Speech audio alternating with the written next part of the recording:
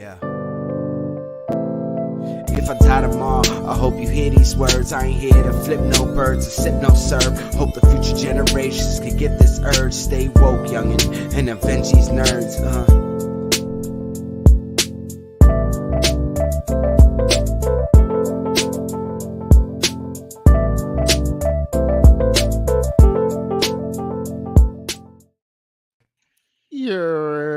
Welcome to Biscuit Tuesdays. I will say, before he even starts his nonsense, that I'm super proud of myself for the last few episodes that I've named. I'm terrible at naming shit. I hate naming shit. But because you guys now know, at least some of you, now know the reference of War Never Changes, nerds never change, is fucking awesome. And I'm going to say myself for that one. I'm completely lost and don't know what you're talking about. That's a last episode thing. Yeah. Well, I will say it's an iconic line and through line of the game. Like, you don't need to know the line. Like, it's not a spoiler. It's more like they said it because you're a gamer. But we'll get into that in a second. How was everyone's weekend? I'll let you also first. Hey, brother! Hey. I love that we equally get so excited when Aurelia shows up. What's going on? We get so excited when you guys show up. Padding. What? Oh, don't throw out your shoulder. Padding. Listen. I'm just very proud of myself because I almost never do naming well. Yeah. So how was our weekend? I like to say no, it was good. It was good. We went to there was an Earth Day celebration thing that happened on Sunday, which we went to, which was a lot of fun. For the fam, we saw Seabass and Jesse, so that was always a good time. I don't think we did anything on Saturday. I made Philly cheesesteak. I made Philly cheesesteaks on Saturday. Ooh. Nice. Did do that. Me? Good old fashioned steakums. Listen, steakums are cheap, but they hit the spot every time. It does when you drink a lot. Don't need to drink. Steakums are cheap, but they hit the spot. Yep. I want some. Val, what'd you get into? Or do you want me to go first? I don't care who goes first. So, so I got to see Kevin Hart on Friday. Oh, nice. He was introducing, it's kind of like he's testing out some new material. Didn't have a name on the show yet, just said brand new material. They took our phones and everything because was he at a local comic place, or was it at like a big show or show in Atlanta? It was a big show. No, it was like something between a small like theater, but it wasn't like a comic place kind of thing. Okay. But he talks about Michael Jordan. He talks about how he don't fuck with him, and Jordan can't stand him for getting it on him and how he dressed. He talks about how he pulled his groin and he thought his dick fell off in the bushes. He talks about his trip to Africa and how the gorillas almost killed him. It was quite hilarious. So was it? We're taking away phones because he's gonna say some shit that he doesn't want recorded. Just in general, most comic shows are doing that too. They do. Well, to be fair, I saw Daniel Sloss, and it was literally like, "This is the part of the show is the reason why you guys don't have cell phones," and did a joke that I was like, "Oh my god!" It was the greatest fucking. It was yeah. When I saw him 2 years ago, they gave us the same thing, the magnetic pouches. In there. Yeah, in the bushes. Why are we? When I saw him in Madison Square Garden, they didn't do that. I think it's because it's the garden. I mean, it really depends. Like, I think some shows they'll let Val, when did you see him at MSG and what have you? But geez, what was the special with him throwing the fire everywhere? Was it 2 years ago or was it before that? Oh, before that. Oh, okay. No, I saw him 2 years ago when he did the Chris Rock thing. There's a recorded one that he did. No, it was older than that. Before pandemic. Okay. When I saw him. Pre-pandemic, but that was fun. Sunday I did a spa day, got a facial, went a little bit of shopping, bought some perfumes and watches, and then took myself to Cheesecake Factory and had food and drinks and watched the Knick game. Nice. Yeah. Nice. And then you didn't complete your homework assignment.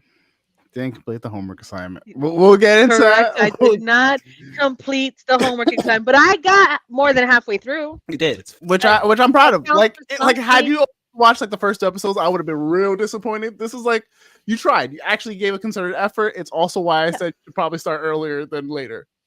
Right.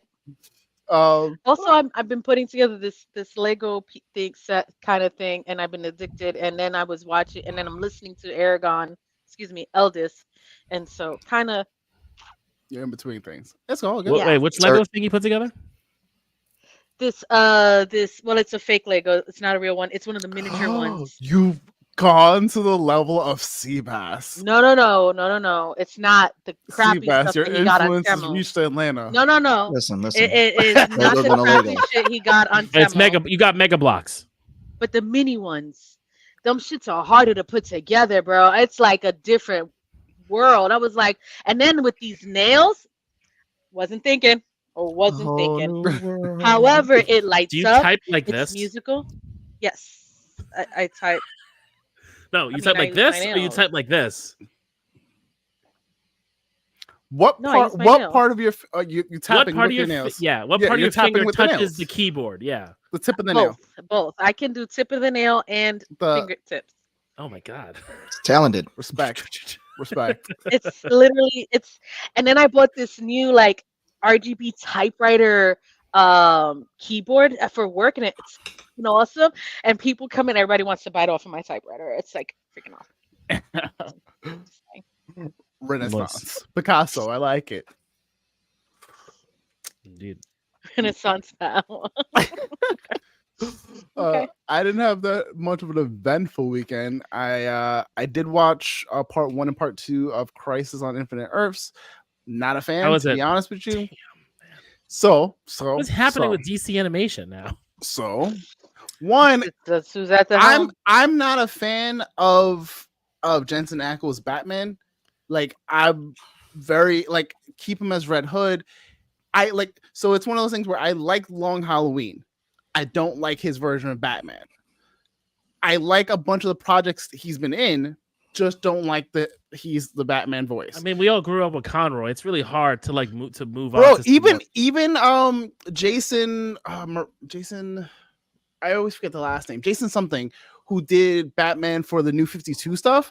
He's amazing. Should have kept him, or give us Homeboy, who is in Fall of the House of Usher, the main dad, whatever. He's the guy. I think he's the same guy who was in Jurassic Park, the main guy who did Batman for Red Hood. Why can't I think of his name? Whoever the Batman was in Red Hood, we should keep him. Those are my order of Conroy, Mraz, or Jason something, and then there've been so many people to play Batman live and fucking audio. But I watched it. We do get a Will Friedle Batman Beyond, which I'll take what I can get. The next iteration and installment, we do get the Conroy voice that we were all been dying and waiting for. Oh, because that's his last. That was his last. That's his last one. So I'm excited for that more than anything else, but it is what it is. I've been watching. I feel like I watched a movie and I can't remember what movie. If I didn't put it in the group chat, then I don't remember. I did. Yeah, I feel like I watched stuff, but then I don't remember exactly what. I feel like I just put things on for the sake of putting things on. I started Pantheon, which is that animated series that is now going to Prime at some point. I started that. That's been a lot of fun. Really interesting, trippy sci-fi stuff, all up my my alley. And then playing lots and lots of Fallout. I started the new deal. Listen, man, I told you this is gonna be my whole personality until like I get my PS5 or my computer. So are you playing 76 or you're replaying something else? No, I'm playing 3. I'm replaying 3. Oh, okay. So 3 is how I got into the franchise, and it's really like one of my favorite games of all time. Yeah, that makes sense. 3 was the big one that came up because 1 and 2 were on the PC, right? And they weren't first-person shooters and all that stuff. So like I was not exposed to those. I got exposed to 3, and it was funny because like I remember when they first, like, my boys were like, "Yo, you should try it." I tried it for like an hour or two, like trying to get myself out of the vault and do all the stuff, and I was like, I don't really get and understand the mechanics. Like, I'm not a fan, whatever cases. He was like, be patient, try it, like do it from scratch, and just go with the knowledge of like it's gonna take some time. Like you're gonna have to go through some chat stuff. I'm like, okay, went through it, got through, and I was like, oh, I'm hooked. Every time they saw me and they were like, yo, you're gonna play some COD? I'm like, this is your fault. Like, this is my favorite game ever. So started playing that. I am on the second of, I think, 4 DLCs for that game. I forgot that thing had a lot of DLCs. Yeah. It did like a Game of the Year edition because I didn't play when it came out. I knew a lot of people who played it. I knew the whole thing. It was in DC, the big robot, like the whole thing about Fallout 3. I just never had a chance to play it. 3 is amazing. Vegas wasn't my speed, but I realized like way afterwards it's because they made it similar to the original games with the like 3 kind of twist or like flavor of it. So I was like, oh, okay, not really my speed, whatever. Then years later, I finally got into 4, but I couldn't get into 4 because I felt like they were throwing in too many mechanics I just didn't care for. So one of my buddies was like, give it a shot after you watch the show and see if you like it, whatever the case is, because I do love the lore of Fallout, obviously, so I'm probably going to give it a shot, but I do want to play 76 now that they fixed it because I'm curious to just see the fucking mayhem that fucking game is, because apparently that's all it is. Nice. Oh, before I realized we did watch something. We watched Damsel, and that shit was stupid. Unfortunate. Yeah, we thought it was stupid. Yet to watch it. I don't think I have any desire to see that show or movie. Oh, I'm on season 4 of Brooklyn Nine-Nine. That's probably what I've been watching. Oh, nice. Good. It's so good. Fucking love that show. Yes, it is. Go ahead, Seabass. I had a great weekend. Hey, Law, another settlement needs your help. Oh no.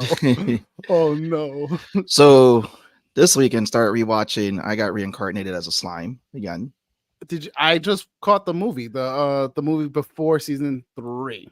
I fell off after the arc when he was teaching the kids, so I started rewatching since more episodes came out. So I was just like, let me just start the first season all over again. So that's been fun.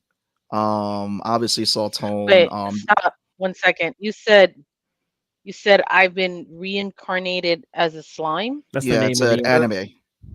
That time I got reincarnated as a slime. It's a good anime, right? It's an isekai. It's one of the good ones. So there's a lot of people that love it, and then Val, I promise you, it's one of the better. It's one of the better ones. It has multiple seasons. It's one of the better ones. Don't worry about what his approval is. Just listen to me, Val. Just listen to me. We all know how this goes. Listen. I'll tell you if it's bad. No!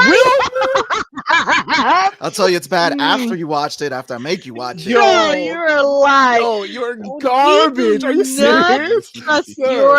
No, I don't think any of us on this panel trust your opinion in anything. That's okay. Lost you don't have to. I got people that back me up. That's fine. I don't think you're ever going to know cultured people. You know. Anyway. Where are your cultured people that you know? Anyway, I met with I saw Tone on Earth Day on Sunday, so we got to go to the Earth Day festival. I gotta give a big shout out, thank you to Cheesy D's, because that's where I got the grilled cheese from.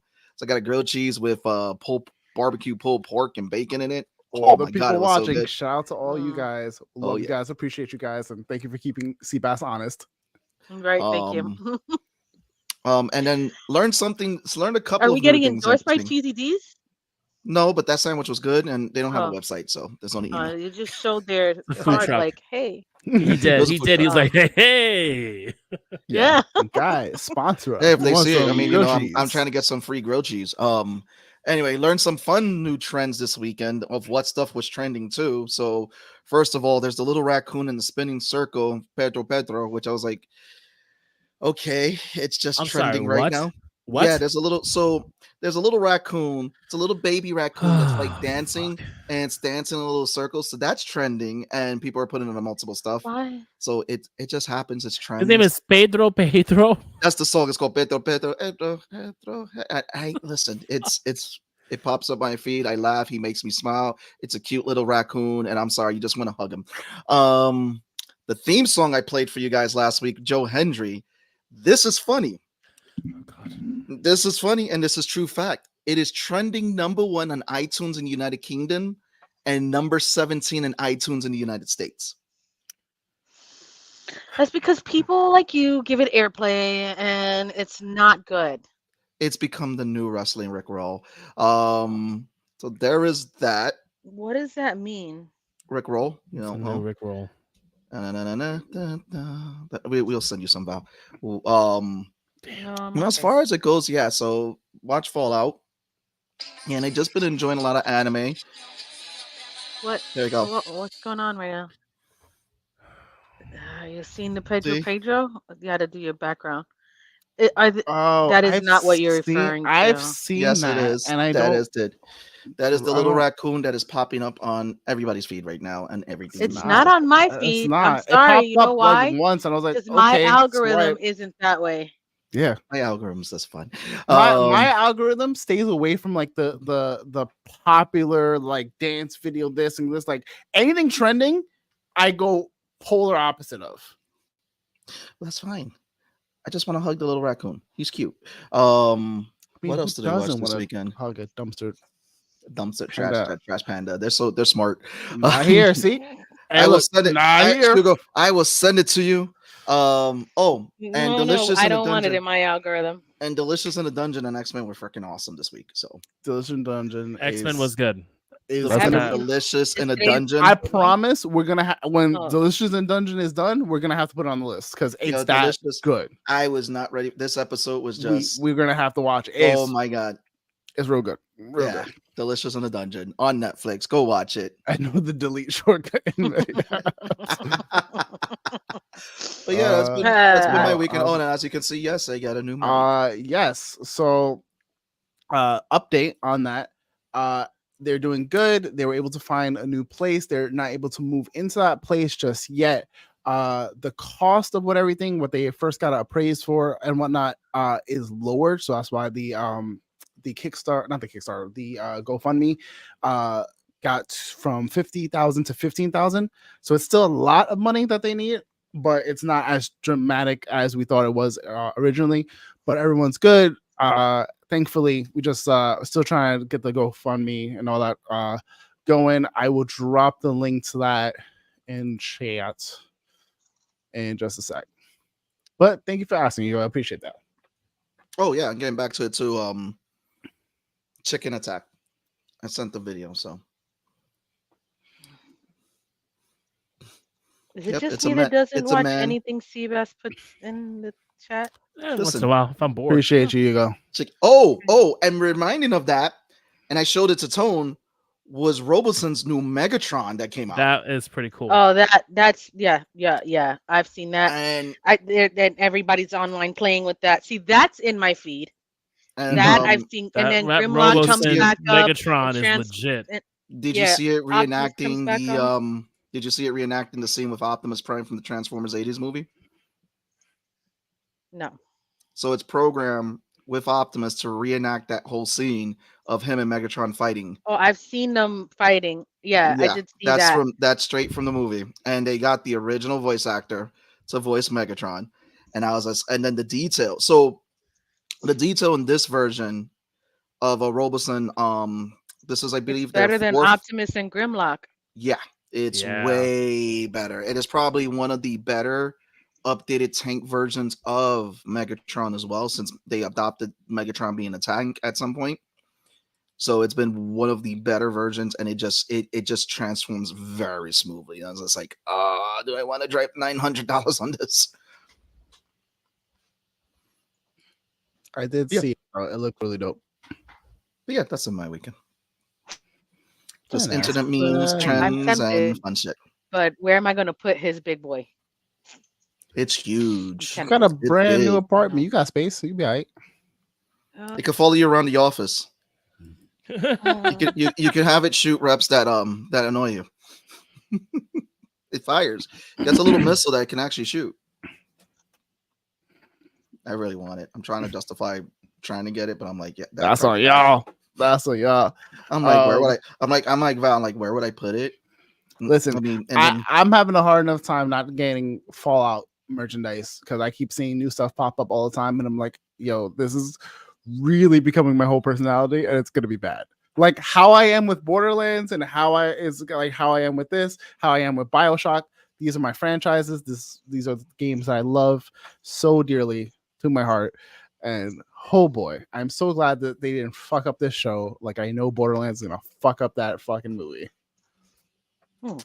Yeah. Okay. Yeah. Chicken attack. Okay, so what are we talking about today, Lo? We are talking the Fallout Prime TV series. I am so fucking excited. So I'll do spoiler warnings. It's gonna be great.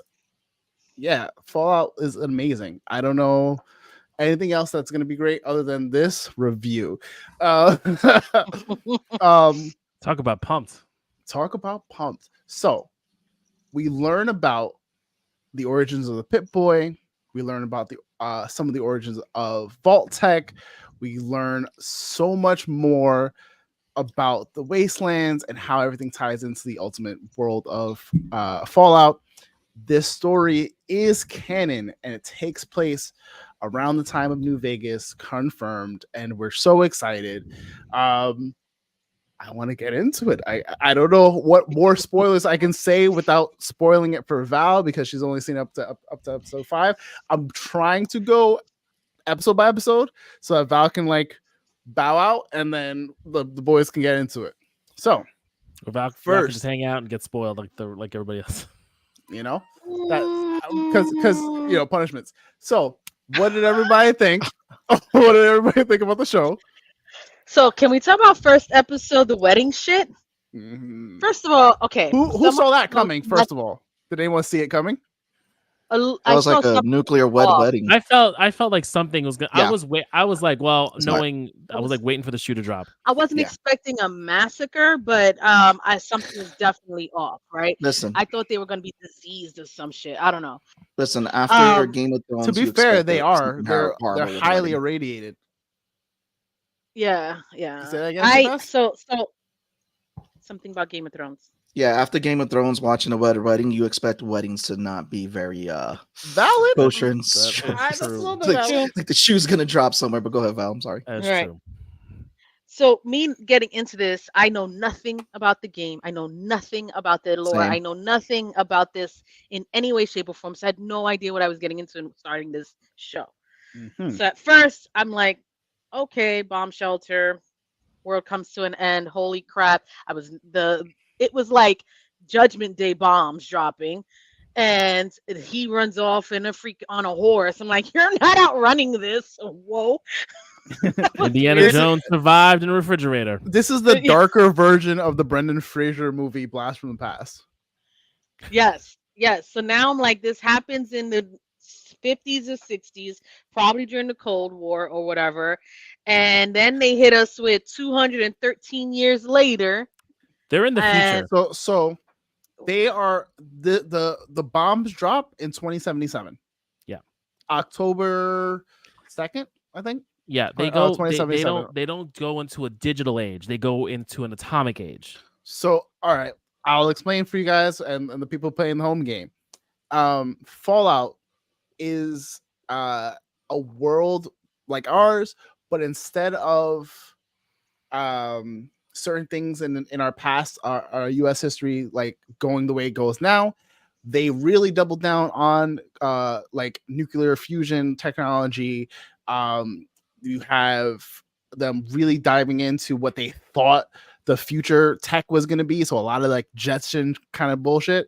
And then you get a lot of the 13 colonies seceding from like the rest of the states. You get like there's a whole separate branching history that goes from about the 60s. just before just around or before the Cold War to where they are now. The space race Are happens. we going to get it in this? Do I get it in this season? I mean, like you Okay, don't get so you don't get like the full on when everything breaks off. You just get the past with the ghouls past, Mhm. and that's kind of where some games will take place. Like in Fallout The 4, you go transistor in. wasn't invented, so instead of electronic, they went atomic. Yeah. So like it's they went at So that's kind of everything happens in the 60s. It's a transistor for like doing circuitry and electronics. yeah. So like 'cause, they pivot to atomic energy and all of that. The U.S. is the leader in the space age. Russia is not a big to do. The boogeyman is China. Boogeyman is still China, but like they really double down on the China thing.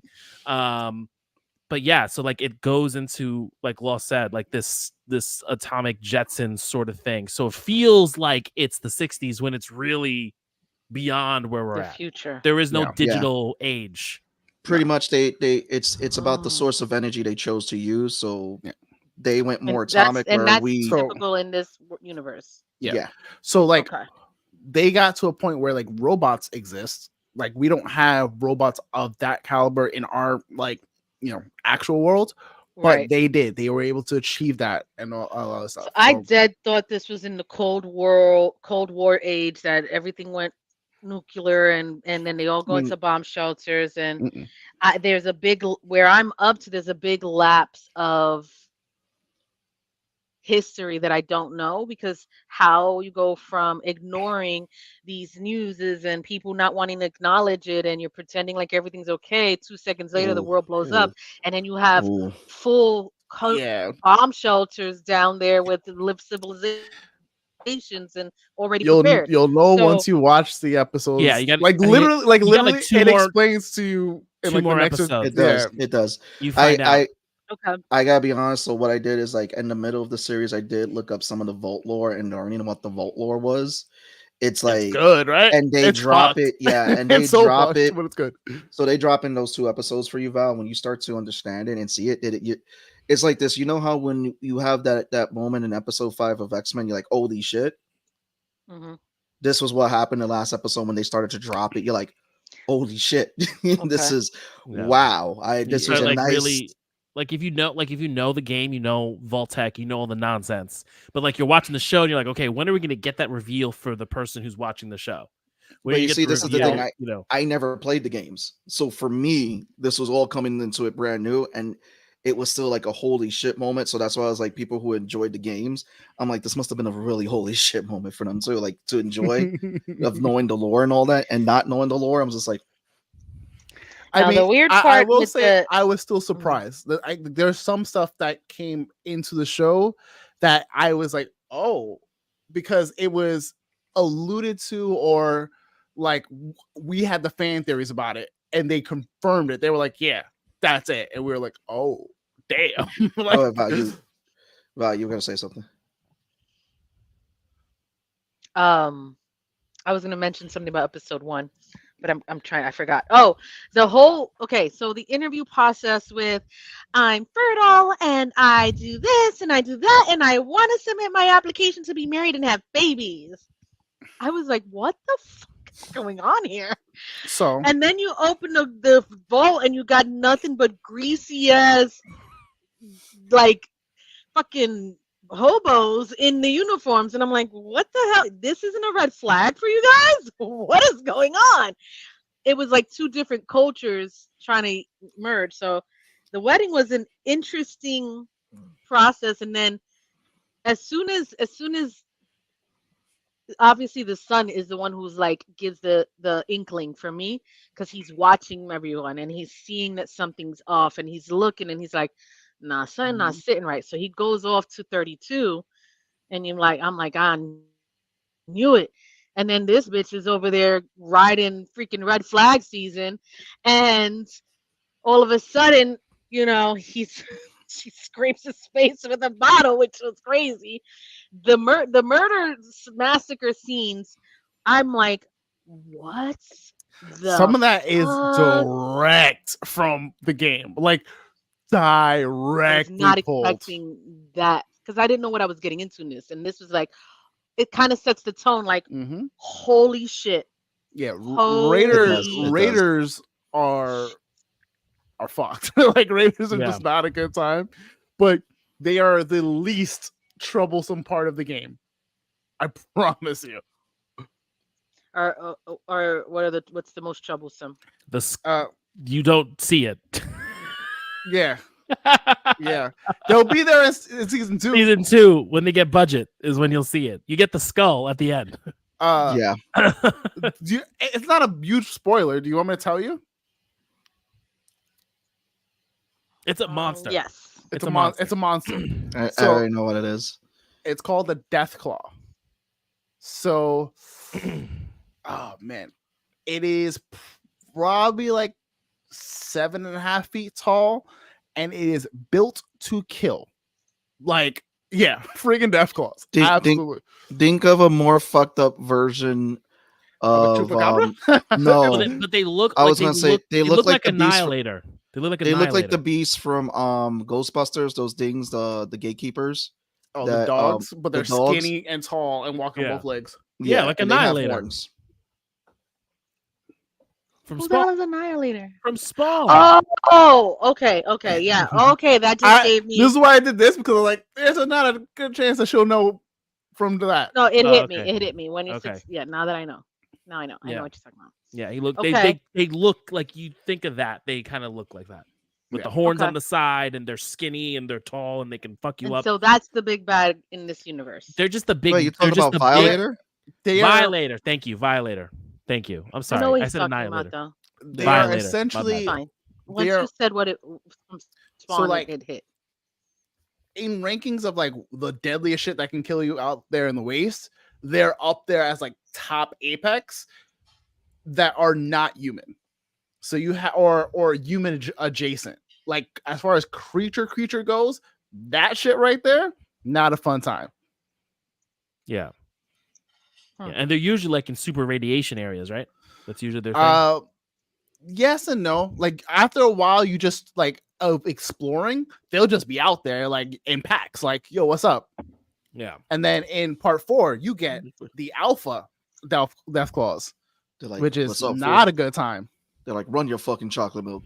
Yeah. And you have the super mutants. Which super mutants, I would deal with super mutants all day, every day before I deal with a death claw. But back to like, episode 1. Okay. We'll get into that later.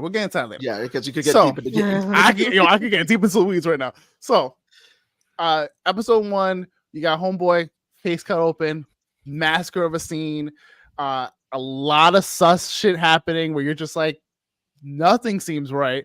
This is all fucked. What the hell is going on? So your initial impressions of the show based off of that first episode were what? Holy shit. What is this? That's my initial impression. Because I hit y'all up. I was like, I just watched the first episode and this is fucking crazy. And I didn't know where it was going to go. Obviously, I had questions like the father knows more than they're saying. Obviously, he knows who this woman is. Why are they taking him alive? If raiders are there, wouldn't they just kill them all and take their shit? Then what's the point of this? So there's more going on that we don't know. And then this weird that you don't know hole underground that you don't that I don't know. Pong, I don't want to talk about it, Pong. I don't want to talk about it, Pong. Right next to the starting area. New and Fallout New Vegas devs. Yeah, I don't want to talk about it. Okay. No, I was watching it and all that stuff happened and just kind of thinking of Voltec. I'm like, is 33 a control? Because it feels like from you when you watch it, it feels like a control. But is it? Right? And that's kind of was my thinking up until obviously you get the is 31 a control? What is a control? So like kind of running an experiment and a control experiment, which is just doing the normal thing, and then your experiment is doing something different, and you're comparing your results of the different experiment to the control. Yeah. I don't think she knows what the volts are for yet.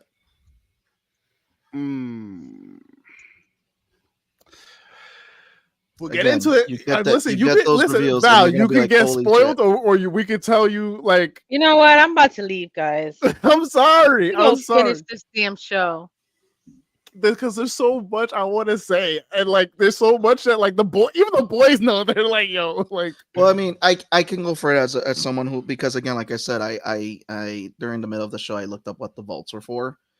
And what was the origin of the vaults, which is something again, which was a nice reveal. Did you see the worst vaults by ranking? I'm still in the middle of it, and I was like, but at the end of the day, 120 coming into this as someone who didn't 120 know, volts. There's more than that. There's you're gonna again, yeah. It's already revealed. I believe it's like something close to 200. No, not that much, but. But anyway, getting back to the first episode, someone who didn't play the games, it was Gary. Oh my god, I just fought Gary. There's 122 public known vaults. There it is. Yeah. So getting into the show, the first episode is a great way to bring in people to this world and introduce them to this world, because like again, like I didn't know what to expect in this first episode until all of a sudden the red wedding scene happened. I was like, oh, they really set the fucking tone. They're going at baseball bats right in the beginning with this vault. I love Lucy as a character, especially as you see her journey throughout the episodes, that when you start to get to know her. I mean, I loved all the characters. They all had a very interesting journey, which gets into Maximus, who we also get, which, I mean, I'll be honest, Maximus, the actor who plays Maximus, he gave me Jonathan Major vibes in terms of how he's playing Kang a little bit. Some people's like, we could see Kang a little bit right here, but I don't know, Maximus in any way. Maximus was a pretty interesting character, and then to see where his journey went out through the show, because it's like, I feel like it's like you meet him and there's this, he's a little timid, but also there's this idolization of the Brotherhood. Like he idolizes them.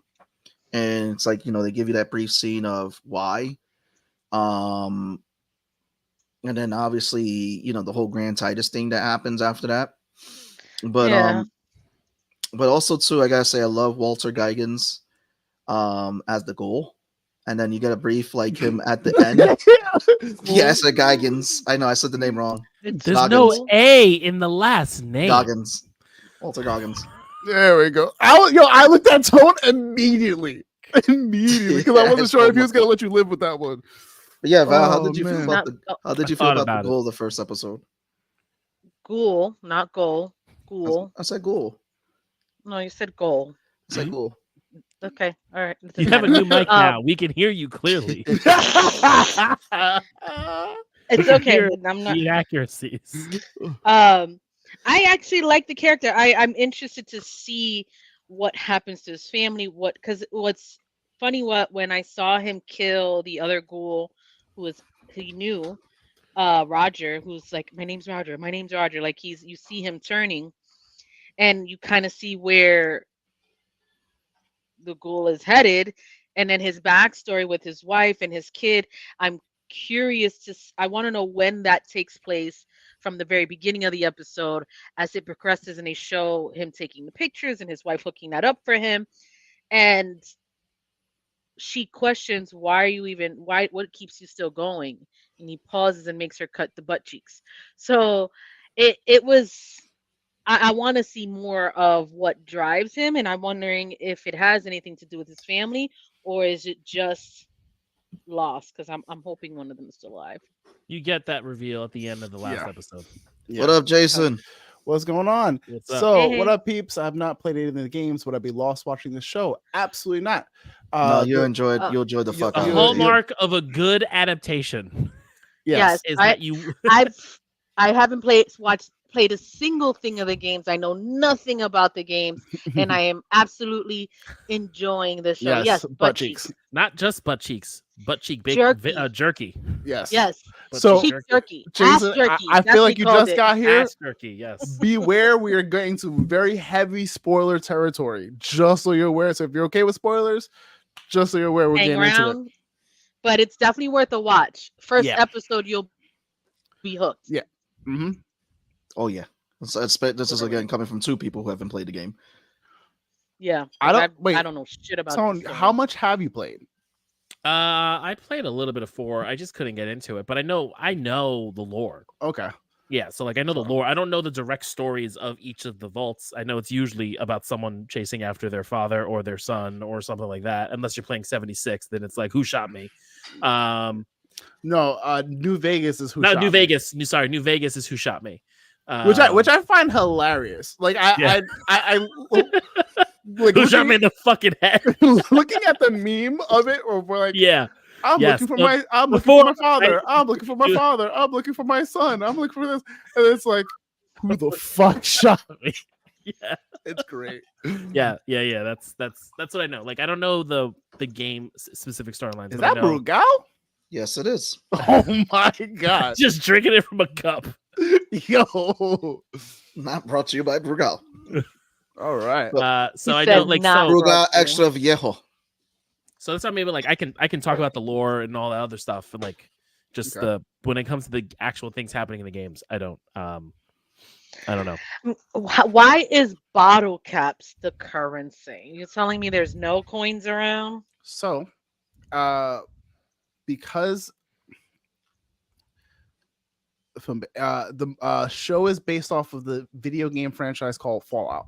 So all of the games are canon to each other, and then this show is now canon to those games and to the. But it's not an adaptation of the game of one of the games. It is a original story in the world of the games. Yeah. Yep. Again, Jason, watch it. You'll love it. You'll enjoy it. I think he's a Minesweeper. I mean, nobody wins in Minesweeper. Nobody. It took me a while to figure out Minesweeper, actually. I don't think I was probably in high school before I understood what the purpose of that game was. Yeah. So essentially, Swiper, no swipey. I completely lost track of where I was going with this.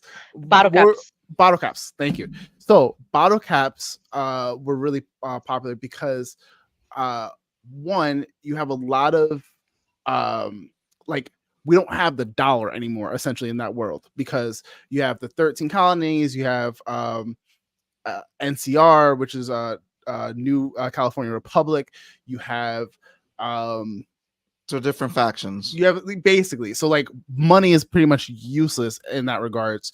And most of the world is at war. So Nuka-Cola was the popular drink and like took everybody by storm. It's one of the things that lasted and survived, and that became the currency. And so because they no longer make Nuka-Cola in any capacity, what you have is what you get. So there's a limited quantity of them. You can't like try to like fake them or reproduce them. Fun fact, when Fallout 4 was coming out, there was a person who collected the equivalent amount of $65 in bottle caps and mailed it to Bethesda in Maryland. For what? To get the game. Holy shit. And they got the game. That's crazy. They gave it to him. But it was purchased the game with $65 worth of bottle. I don't know if it was Nuka-Cola, but it was bottle. I was like, if it was Nuka-Cola, oh my god. When it comes to soda and weird things that people's done to soda, that's not the weirdest thing. I mean, there is a Pepsi. Where's my jet? Oh yeah, the Pepsi bottle cap thing. Yeah. So yeah, that's why caps are being used. We do get into the Ghoul story. We do get into Maximus' story more. I just love the fight scene in Philly. Yeah. So all right. We're gonna go. We got through episode 1. Everyone's got their stuff up. Episode 1, great episode, great start to a series. I'm excited to see more. Episode 2. Also, before I even like, first 2 episodes were super long, by the way. I mean, you have to establish a lot of backstory. You gotta establish a lot of like the world and all that other stuff.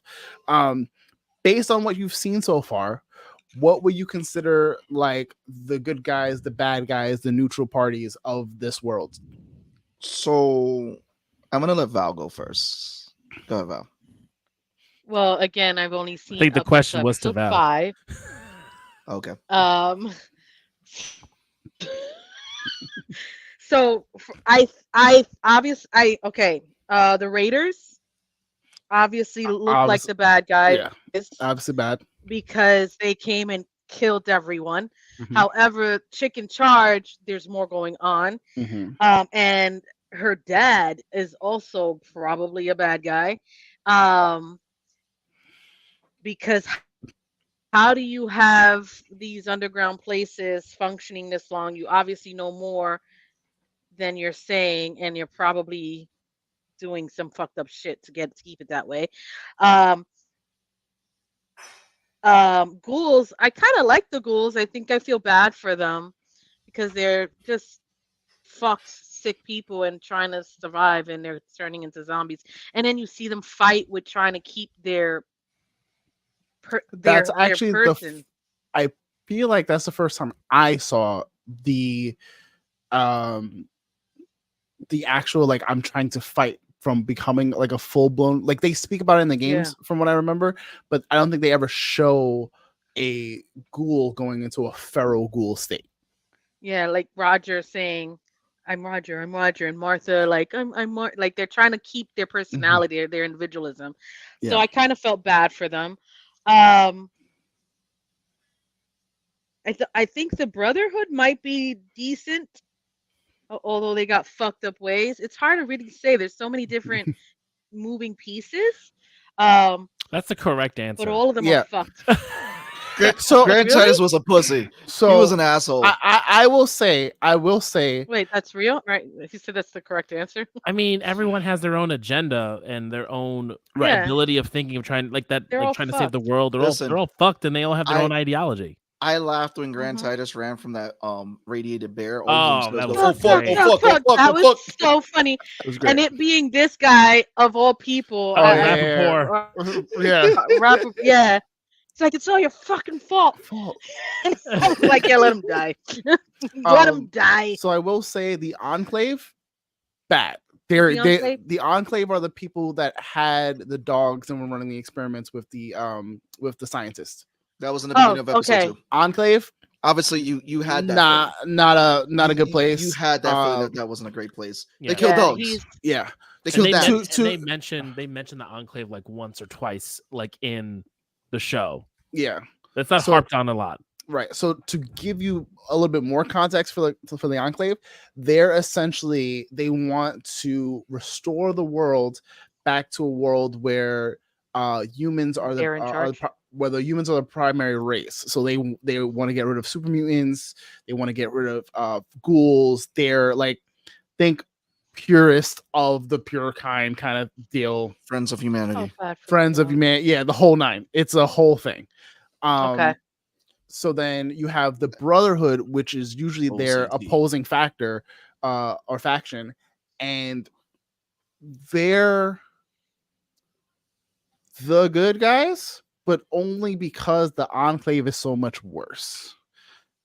If that gives you any indication of like how the Wasteland kind of works, it's like, I don't think anyone's truly good. So, which is what the you Raiders. See. Okay. The Spanish chick from the Raiders. Mm-hmm. Obviously, some going on. She has. It could be associated with Chick's moms, but I don't know. You gotta watch episode 7, episode 8. But all that to say, like, where the ghoul was saying, like, I used to be like you. I used to be doe-eyed and hopeful and, full of good. Like, Lucy is the epitome of what in the game is like a true good character is, versus someone like, you see her changing. This girl didn't. She was like, cut your head off. Okay. Yeah, I mean, she doesn't change so much that, like, in the game, like, karma is a really big thing. Her karma would be affected because she's not doing anything that would affect, like, anyone's moral. She's not doing fucked up shit. She's doing things she has to do. She has to do because it was asked of her from the person who died. So yeah, that whole thing. I love the fucking line that Goggins says of like, that's the rule of the Wasteland, going to go do some other fucking job. And I was like, that's the rule of every fucking open world RPG. Yep. Is being dragged into some other task. Absolutely. So we get into episode 2. We finally get to see this whole like settlement of Philly and like how that kind of works. We see Maximus and Titus and how Titus is a fucking bitch. So it's a survival thing. Good is relative. Yes. Absolutely good is relative. But yeah, you see Titus who is like, oh, I want to shoot something that out of third, and then sees a Yaogoi. Now, Yaogois are like irradiated, like ghoulified bears. However, if you have the animal friendship perk in the game, you don't have to worry about them. They just look at you and go, okay, and keep it fucking pushing. He did not have that perk. Clearly. No. Yeah. Fuck. Yeah. Fuck. I was like, are you serious? I was dead. Because like you when you get the power armor in the game, you feel like, you know, big dick energy. And you want to kill absolutely. And once you get power armor, like I just be walking into places like I don't care anymore. You don't. To be fair, on this playthrough that I'm playing right now, I was going to places and I was talking to my boy Drew about it. I was like, yo, I'm like way deep in the game shooting shit that I shouldn't shoot and shouldn't kill, but I'm killing them and I'm like clearing. And he's like, what level are you? I'm like, I'm level 13, 14, killing like super mutant masters. And he was like, that shouldn't be a thing. And I was like, I don't know what I'm doing. I just have big guns and I just know what to do. So yeah, the power armor is supposed to be big energy right there. But yeah, power armor like ups your strength. Can your anyone endurance. get power armor even if you're not part of the Brotherhood? You can get power armor, but you need to be trained to use power armor because otherwise it's just a bucket of heavy ass bolts. You won't know how to like use the internal systems to like move around. Maximus. I'm just dying. Essentially, like when Maximus tries and he starts bumbling around, that's the perfect like 1-to-1 of like you not being trained in power armor. So this is just a huge bucket of bolts that you're kind of like they gave him a little bit more grace period than you do in 3. Like 3, they're just like, you can't really use this. Like you can put it on, but you're not gonna be able to use it functionally. You have to get trained in it to use it. Yeah, you have to go to the Brotherhood faction, right? Yeah. You have to go to the Citadel and get trained in it. Sounds like this game is long and a lot to do. It is. It's it's a Bethesda game, which means it's long and a lot to do. Let's talk about how many people the ghoul killed in Philly. Yo, he murdered something. First of all, I love his gun. I have never seen that gun. I'm still trying to figure out what the gun is, but God damn, that gun is dope. I love how they did the slow-mo like you do in the game. The VAT system. I thought that was pretty cool. What was your saying? Why was he buried? So essentially, they allude to the fact that like he's a mercenary. So like you hire him, and then when you're done with him, instead of him turning on you, you fucking bury him, put him away for someone else to like. That's someone else's problem, or never to be a problem again. Yeah.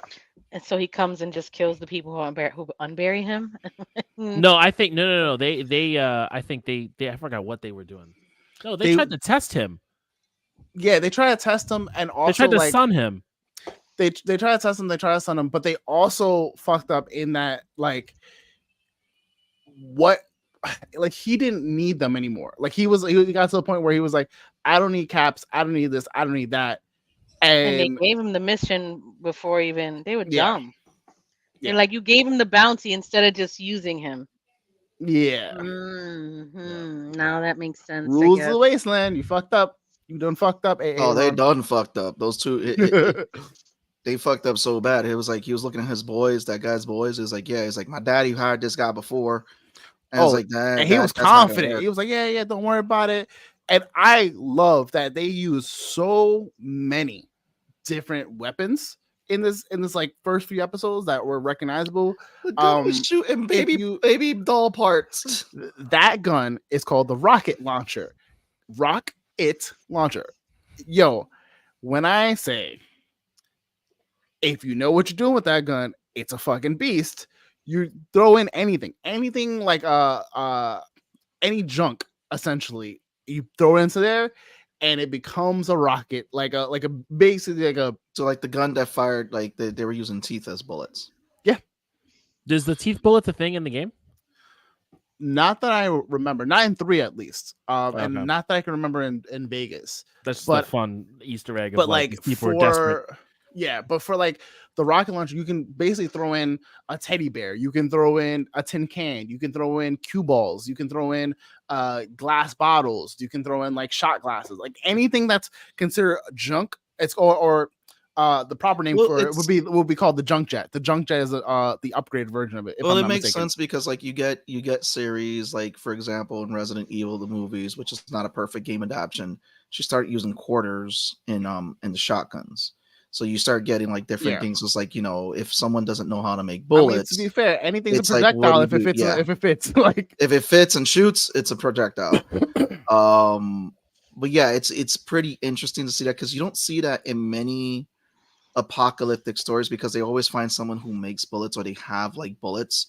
I think only like in Mad Max, like they really like showcase that bullets are rare or something like that. Oh, the bullet farm.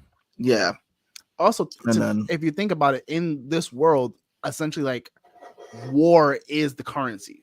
Like that is like what's apparent. So like even the remnants of wars past are going to be like they're hard to find, but not as hard as you would expect.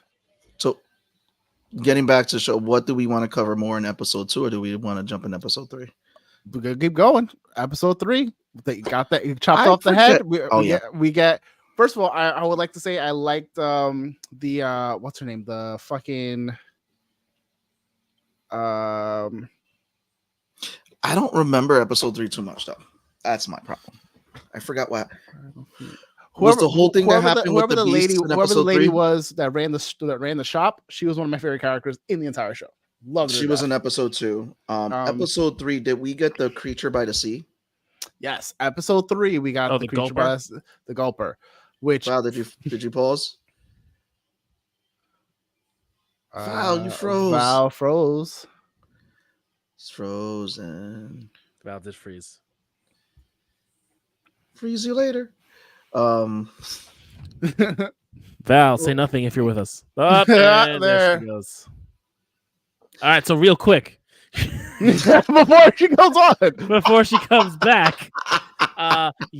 So the shit finding out that the Enclave / Voltec fucking pushed the button and dropped the nukes. Oh, the Enclave was made after the fact. No. See, I was reading that the Enclave was a shadow government that leaked into Voltec. Yes, she's back. Never mind. Oh, wait, no, she's back. She's back. Yeah, she can hear us. Okay, never mind. Back to episode 3. I froze. Yeah. My Chrome stopped working and bumped me out. Were y'all talking spoilers that I haven't seen? No, we would never do that. I can totally just, We wouldn't do that to you. We're gonna go through the episodes. We're episode 3. We got the Wasteland. Talking about the creature from the water in episode 3. Lucy chopped off a head with the fingers. The finger finger thing. That was freaking weird. And she's like, I thought he was gonna sell me as a sex slave. He's like, no, I'm just gonna harvest your organs. Oh no, not that. We're talking about the gulper, the one in the river, which had fingers in its mouth. Oh yeah, that was weird. Yeah. Not the robot that was voiced. Amazingly. I think that's one of the only creatures other than the ghouls that we see.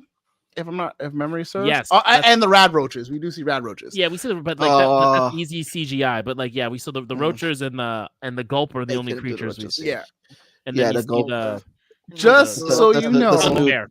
There's stuff that's worse. Yeah, the gulper was just.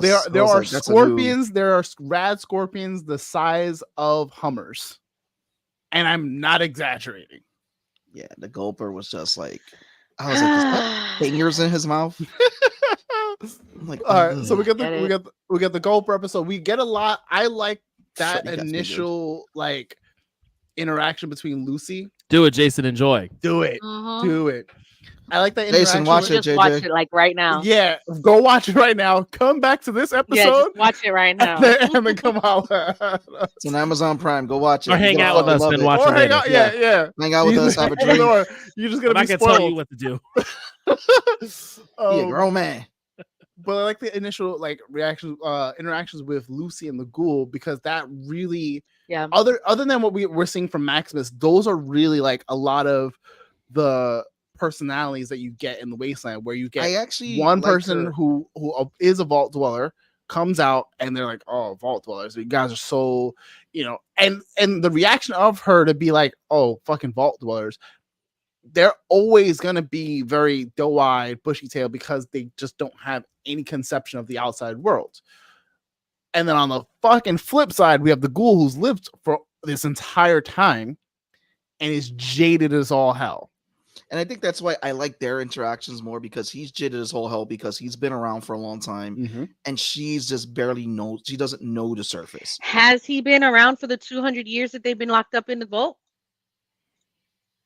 Yes. Yeah. It's 200 years. Yeah. I will tell you this. I got confused about where Maximus came from in the timing, because I didn't know of what was happening in between the Great War and the Wasteland, which does get cleared up. Yeah. Because at first I was like, wait a minute, hold on, what's this timing for? I was like, are they lying to the Vault? Are they lying to Vault 33? Is it not that late in the war? And then I'm like, no, because they keep talking about 200 years ago, and some other people talk about 200 years ago. So it is 200 years. You get the answer. Yeah, you get the answers, Okay. but you definitely get the answers. There are not immortal beings on this world. Not technically. They kind of answer that question too in 7 and 8. Episode 7 and 8. So there are things that live a long time, and if not met with a untimely death, can live, out their lives and be nigh immortal, but not direct immortality. There's still ways to kill them. Plus, also, too, I think you learn throughout the series as you're watching it, especially from the Ghoul, with him needing, because you see him. I think it's in episode 3. He takes the serum.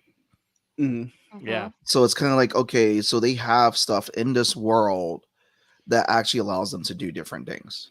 You do see it in one of the episodes where what's his face heals his foot, but we're not gonna get into much of that. With the snake we also like you see early on with when Lucy got stabbed, you see the stim pack. Stim packs are essentially like super vital in the game. They are literally your first aid kit of every game. You pop that in, your limbs and everything is like restored to normal for the most part.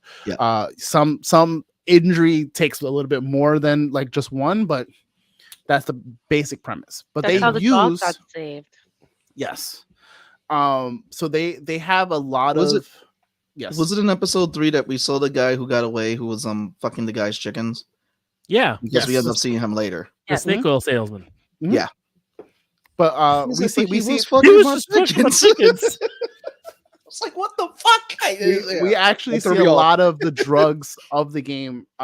So in episode 1, not to like harp on episode 1, but when he did this, the Raider, that's Jet. Jet increases your attack insanely more perceptive. You saw the big like needle looking thing, that's Psycho. There's all sorts of shit. But we get into Lucy kind of having her own doubts about where she is in the world, about how she fits, and like, no, there is still good, and I'm going to prove that to you. And the Ghouls are just like, sure. Whatever you say, sweetheart. Pretty much. I will say Maximus throughout this, we get the beginning where up until this point, because you don't get that reveal yet. What do you think happened with him and his best friend at the beginning where his foot got sliced? Hers. His. They. Sure. Their foot, that blade, that was definitely Maximus. She's jealous. Okay. Or she did it herself and she didn't want to. They did it themselves because they didn't really want to go. Couldn't tell you. just wanted to know what your thoughts were on that, because that is Those are my something. two I mean, thoughts. you find out later. Because also like that beginning interaction of what you see from Maximus kind of dictates how you feel about him for the rest of the series.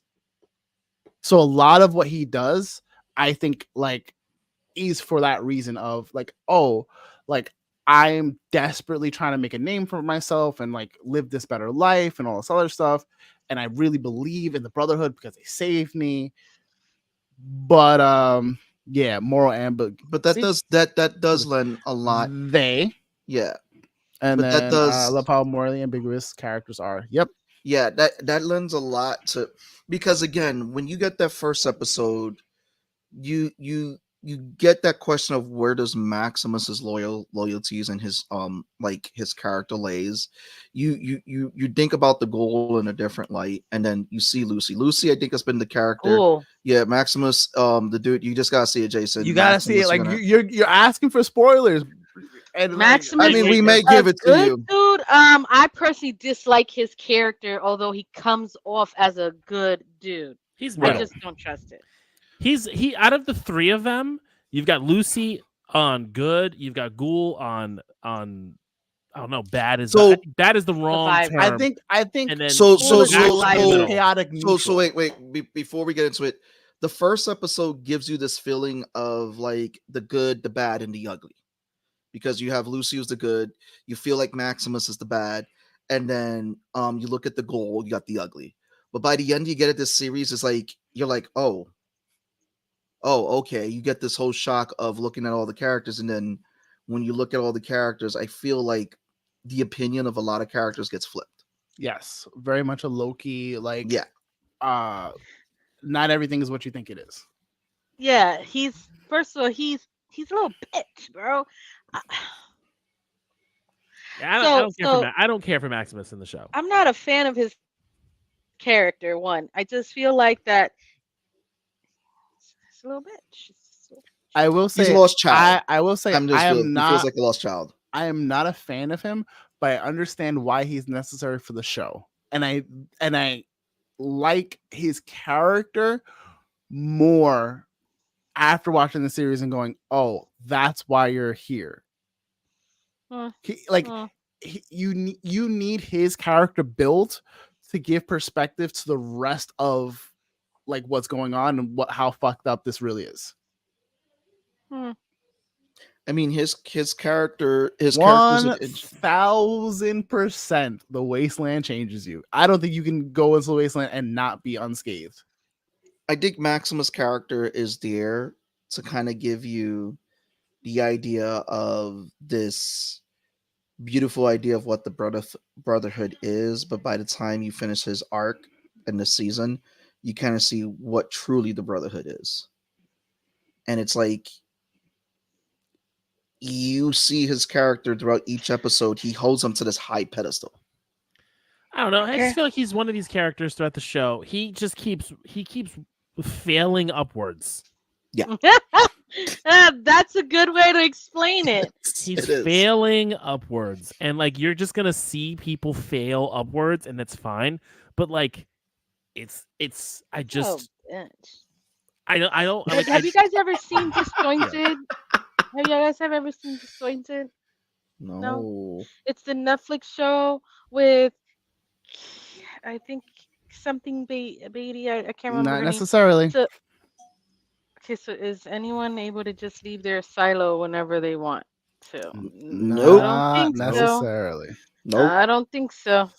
And you learn this when it gives you some vault idea. He has the idiot savant perk. That's Love you fucking well for that one. That's funny. It is. You guys got to see him in Disjointed. He's like the bitchy ass son, and she owns a California weed dispensary, and he's trying to help build a business into doing more stuff with her business. When she's just like a hippie mom, like, bro, we don't need to do all of that. And he's like, he's just a weird character. His acting style very much annoying. I think. Yeah. Yeah. Whatever. So what episode are we up to now? We're up to episode 4. What happened happens on in episode 4 again? Was it the robot? Is that the robot? It's the robot. Yes. It's the Oh, robot. the ghouls. The That's the ghoul. ghouls. Yeah. And you get a flashback where you get a little bit more context of the voice, That's when we see Matthew Berry. which I never really thought we'd He's get the that, voice actor of but the ghoul. we I mean, get not the voice ghoul, the robot. He's the guy who of Mr. Gusty. yeah, he's sitting at the pool with this, like, he's the other actor. He said, yeah, I sold the rights to my voice. Remember the pool scene. So when Walter Goggins' character, the one who becomes the ghoul later, I know I corrected myself. When he's sitting at the pool and he's talking to his friends, like, oh, you're the only one who of my invites that showed up. So that's the guy who sold his voice for the robot. So it was his actor friend. He's Mr. Handy. Yeah. Oh, he was trying to get Mr. Handy, all right, in that episode. No. That's the name. That's the name of the robot. There's other robots which they I think make mention of who were used during the war. And those are, I believe, called Mr. Gutsy, if I'm not mistaken. But wasn't this also to the episode Maximus gets his new squire? Mm-hmm. Who was one of his old buddies. Yeah, his bitch ass. Listen, he is how he is because of how, like, circumstances. Like, this show is the perfect example of environment and nurture versus nature. Yeah. I mean, he kind of says it too. He was like, I never wanted to pick on him. He was asking, what do you think about him when he died? He's like, I've kind of felt bad. Like, I only picked on him because before he he's picked stupid. on me. Fell for that shit. But they're also so brainwashed by the Brotherhood. It's a lot. It's a lot because also, to be fair, there's different sects of the Brotherhood, so like not everyone is as like overzealous and crazy, though that's the general consensus that like they're probably the most extreme version over there on the West Coast where Maximus is. Like, I've never seen like the burning, that's all crazy. But that's the general consensus of like it's kind of like you have the Avengers and then you have the West Coast Avengers. Kind of, yeah, more or less. Like, we got Captain America, and what do the West Coast Avengers have? A U.S. agent. So seeing Lucy get her new finger, seeing Lucy get out of the situation to use her smarts to take her stink finger because it's just a corrupt old decrepit finger. Why attach a finger if you're just gonna harvest her organs? What was the point of that? Oh, because he wanted 100%. No, he wanted her 100%, but he wanted to earn her trust. It tricked her. To be fair, it's crazy everywhere. Yeah, it is. Jason, it's like New York on a good day. No, I just love the scene. Like you had said it, Val. You had said it, Val. She's like, "Oh, I thought you were gonna sell me as a sex. What? No, that's disgusting. I'm gonna harvest your organs. Harvest your organs. What the fuck?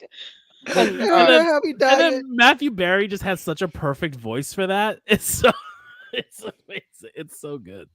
Yeah, he's the one from We Are in the Shadows. What We Do in the Shadows. If you're not watching it, watch it. Laszlo is incredible. So, yeah, he plays a vampire. But so you see, like, in the like first few episodes, they talk about like her stats and like her skills and whatever the case is. So you kind of see it in this episode a lot where she knows robotics because of her father. Yes, I don't want to say it a good day. She knows a little bit of robotics and like a little bit of like certain things skill wise to like handle herself. So that's how like she gets out of her situation with she was the best one with the hand-to-hand combat because she had nothing else to do. I mean, you gotta be good at something. I mean, she sold her everything she was great at in the marriage proposal episode in the very beginning. She did. That was foreshadowing. Yeah, but I think that's a good like indication because like she wasn't like OP strong or OP like just like really good at like a lot of things when it came to real world like practicality, because when you see her in that first fight with the Raiders, she gets lucky, like she has good luck stats, but like I don't think until this episode where she's with the ghouls and she's kind of handling herself more, you see a sense of like her really like Her self-reliance. yeah. Yeah. You also Yeah. get a lot of her character because she could have left the ghoul there to die, but she gave him the things. Yeah. What? Yeah. No, she is like, what I like is that she's committed to who she is. Can you guys see me, or is it just a black screen? It's Black just a screen. black screen. I just see you frozen. You see me frozen. Is there a government? Yes, question mark. Not in the sense you know. Not in the Yeah, sense yeah. you know. Jason. It's just factions. It's not really not democracy. I'll tell you that much. Yeah. All right, she's gone. She's gone. Listen. It's gonna get So- Jason. If you watch it, you're gonna be like, "Holy shit, Yeah. shit!" And Charlie Brown. That's what you're gonna say. Yeah, Jason's like, I don't care about spoilers because we're getting real deep in the weeds on this. No, I know. Jason's gonna watch it with spoilers. Trust me. You all right there, Mo? We got one more episode. Look, we're going to barrel past episode 4 to get to My episode Chrome is 5. acting up is all. Chrome. Yeah. It's your Atlanta. To get internet, to that's what it episode is. 5, which is everyone wants to save the world. Such a good episode. So I am 10 minutes before the ending on this episode. Literally just saw the election happen. Literally just saw the gunshot happen, and they bash into the hospital, and I stopped right there. So I have about 10 minutes left in this episode. Don't know where Ghoul is. Yeah. So the interaction that Maximus and Lucy first have with the other like passerbys is probably the clearest indication of like what when they're like, oh, we're gonna be friendly, like hands up, this and third. Yeah, that is probably the clearest indication of what the Wastelands is by far. Because until you get into like a speech with someone, they could be real cool until they pull out the 9 on you. You're like, oh, well, sorry. Well, now I gotta shoot you. Yeah, exactly. Like, so literally random people just be shooting you in the game. Yes. Yeah. Unless you go to a village. Yeah. So there's times where like they'll have like their own like enforcement. So like they'll have like, this is a no tolerance place. We don't have jails here. You just get straight up shot and bye. There's other places that will like kick you out of their settlement and you can never come there again, not without like heavy reprimand. And then there's places that you can't get into if your like morality is too like high or too low, just because of how the game mechanics works. But here we see like essentially, so you're seeing where Lucy's very, very good, but she's also still like wet behind the ears and naive. And Maximus, who, because he's familiar, lived out, still don't know. Right. Like they're both very new and have very different takes on this, but ultimately are both new. Like yeah, you would play them as players. Like I want her to stay with the Ghoul. Can she go back to the Ghoul instead of Maximus as her companion on the road? I don't know yet. Finish watching the show. But we see like that interaction. Then we also go to the past where we get a lot of the revelations of Vault-Tec, about the Ghoul and his wife and his family.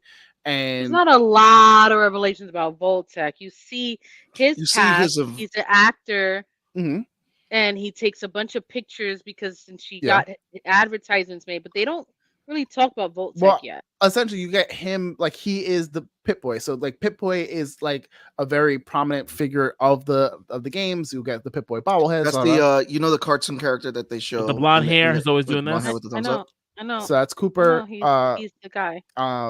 We also see a little Val, because you're gonna have to refresh some of my memory. How much of the past did you get into in episode 5?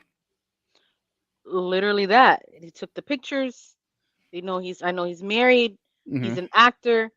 He does like cowboy movies. That's about it. They were doing. They were. He was saying, "Oh, we appreciate everything you guys done." He did his little speech before he started taking the pictures because his wife told him because to do the it. very next episode is where you get into all the stuff. Val, you gotta watch the next episode. Hurry up, come on. Okay, bye. No. You're gonna love it. You're gonna You're, love you're it. gonna love it. Like, but we're gonna get into the next 3 episodes are heavy spoilers territory. So Val, if you want, you can bow out. And we'll catch you next week, and you can talk about it next week when you get back on. Wait, what are we Is talking that what next we're week? doing next week? What show do I need to Vamos watch for the next couple of ver- days? It was probably the last few of X-Men or something. I don't remember. Well, X-Men isn't over yet. Oh, X-Men is not over yet. X-Men isn't over yet. We'll jump online. You guys Don't got to worry. let me know It's before supposed Friday. to be Ninja Kamui. Oh, Ninja Kamui. Okay, easy enough.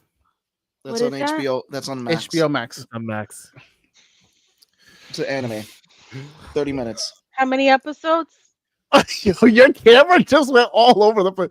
It's like 12 My episodes. camera totally just stopped. Hey, over here. It's 6 hours on a good day. Okay. Okay. All right. All right. So Good I night, break guys. it down. Have fun with your spoilers. Night. Bye. Bye. Purple. All right. Okay, we can go all over the place now. We could jump all. I was like trying to navigate that, like I was walking through a minefield. Woo, boy! All right, we can go all over the place now. All right, you two, ask me the questions that you've been wanting to ask me this entire time, and then I will. No, I already know the vaults were experiments. No, That's I the thing know looked all up. that Yeah. stuff. So let's just talk about it. I don't need a Vault- Jason, I'm definitely gonna watch with all the spoilers. Okay, we have warned you. Get ready for spoiler territory heavy now because Val left. Vault Tech is bad. Not Beers only on is Vault Jason. Tech bad, everyone's bad. There's no real good in this. Well, capitalism is the real enemy here. There it is. There you go. There you Yeah. go. Fair. There you go. Capitalism, and we're deciding, you know what? We're having this huge conflict with China, but they're peace talks. So what do we need to do? Let's just drop the bombs ourselves. Yeah.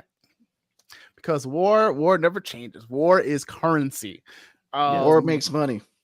Also, we learn about the history of that particular set of vaults because vaults are used as Yeah, the vault histories are crazy. yeah, And just to see that they were all divided between that table of people. yeah. And each I one thought and that- No, they they're not all described- divided because a fun fact. Well, the head well, of it was this- Robco shows up as a villain in Well, the interesting thing is Vegas. when I saw the video about the different vaults, they were mentioning some of those different vaults at the round table of the different experiments. So I was like, oh, I'm glad I watched the video because Yeah. I caught on right there. I was like, holy shit. Yeah, the one with putting the gas in. There's another one where like they had all these drug addicts. There was one that they were They like, took there all was, the like, drugs away, and they were able to create this functioning society. And then a plant then exposed the drugs. yeah. And the vault went nuts. So there was the vault that like when everything dropped, they kept the door slightly open, and that's what created a lot of the super mutants and ghouls that we get because all the radiation just slowly got them sick over time or rapidly. There was a vault that they separated all the children and all of the parents, killed all of the parents, and just raised the children to be soldiers. And after they got a certain age, wiped them out. Start over again. Let's keep this moving. Oh boy, Vault Tech is fucked. There are no good guys. So funny story.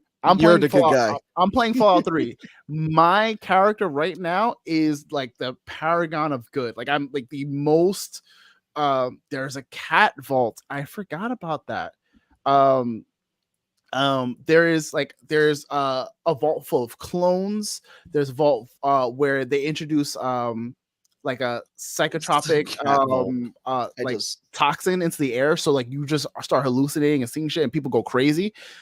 There's one where they use music induced sounds to essentially drive people crazy, and you got the one with 99 men, 1 woman, 99 women, 1 man.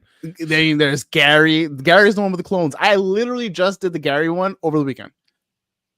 Forget about Gary and all his clones. But yeah, there's a bunch of like there's just so many vaults and they're all fucked.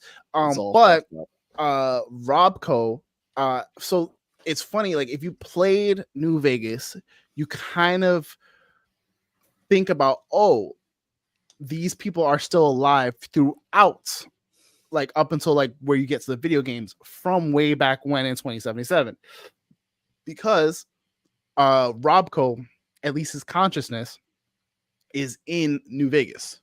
He runs one of the big casinos. So a lot of, I think, is going to be. So was that season jab 2. about the casino a callback to Fallout New Vegas? Yeah. Okay. So all right. For everyone playing the home game, I'm not. I said everyone playing the home game, meaning the people at home, not us. Anyways, I so knew what you meant. It's okay. thank you. So you know how the bombs dropped afterwards. Like we have the bombs in why can't I think of the name of that fucking The city? one in California that her father did. Yes. Shady Sands. Shady Sands. Thank you. Look at fucking So- 5 points. So for that was stats. that's what I was interesting about. So her father, now, was it because he was a higher up in Vault-Tec, had access to these weapons to bring it to Shady Sands? But that's the thing. He wasn't even a higher up at the time when they introduced him. Well, no, because he was in Buds in the management. He was in training. Buds and Buds, yeah, in the management training. But It doesn't matter if you're a higher up. Like you can be the president, but if you're not in that inner circle club, your name doesn't matter or you don't exist. Yeah. So, So, like, that yeah, was my, so to answer that your was my question, thing. Tone, yes, he had enough power. And to answer your question, Seabass, yes, like even though he's not like some big wig, whatever the case is, in Vault-Tec, he's still one of the chosen selected people that got in. So yes, he does have that kind of power. Yeah, I mean, I would think that he got fucking promotions before all this shit happened, because obviously there's a lot of like fucking kissing Well, ass and shaking Yeah, it was hands. kissing ass, because even if you think about it, like they went back in time, but they were talking about their daughter, and we've seen their daughter. The daughter is the same age as when episode 1 kicked off. So it's within that time frame of when everything happens. Like and I'm assuming everyone in 31 was alive at that time. So homegirl who has no eye, we didn't see her in the past, but she was from 2077. Homegirl, old woman who's in Deadpool, was in 2077.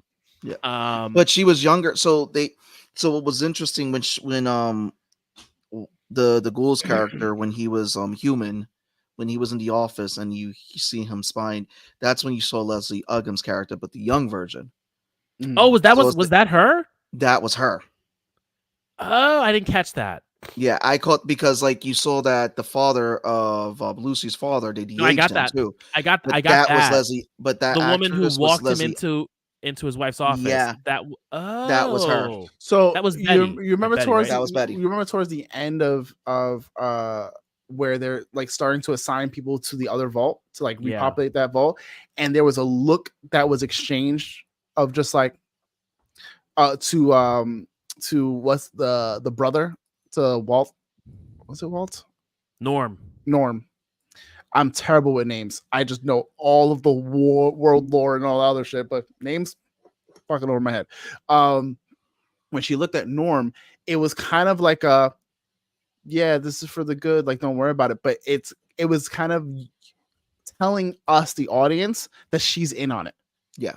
Like she knows. And it's interesting to see what the fate was for Buds, where Bud is just a fucking brain. Yeah. Bud is just a Some fucking brain. because you have that a lot in this series, a lot of robo brains. Fucking brain who got stuck trying to open the fucking door. I know.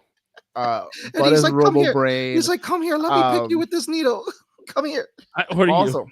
Also, how'd you like the reveal of the Ghoul's wife, of Mrs. Howard, being like on the inner sanctum, like just Well, when she dropped that line, when they mentioned that she was working with Vault-Tec, and you saw, I understood that she was involved in some way, but how deep she was involved, I didn't expect her to get that deep until I saw her with a Pip-Boy. Yeah, I mean, so with the Pip-Boy, I understood she's already involved.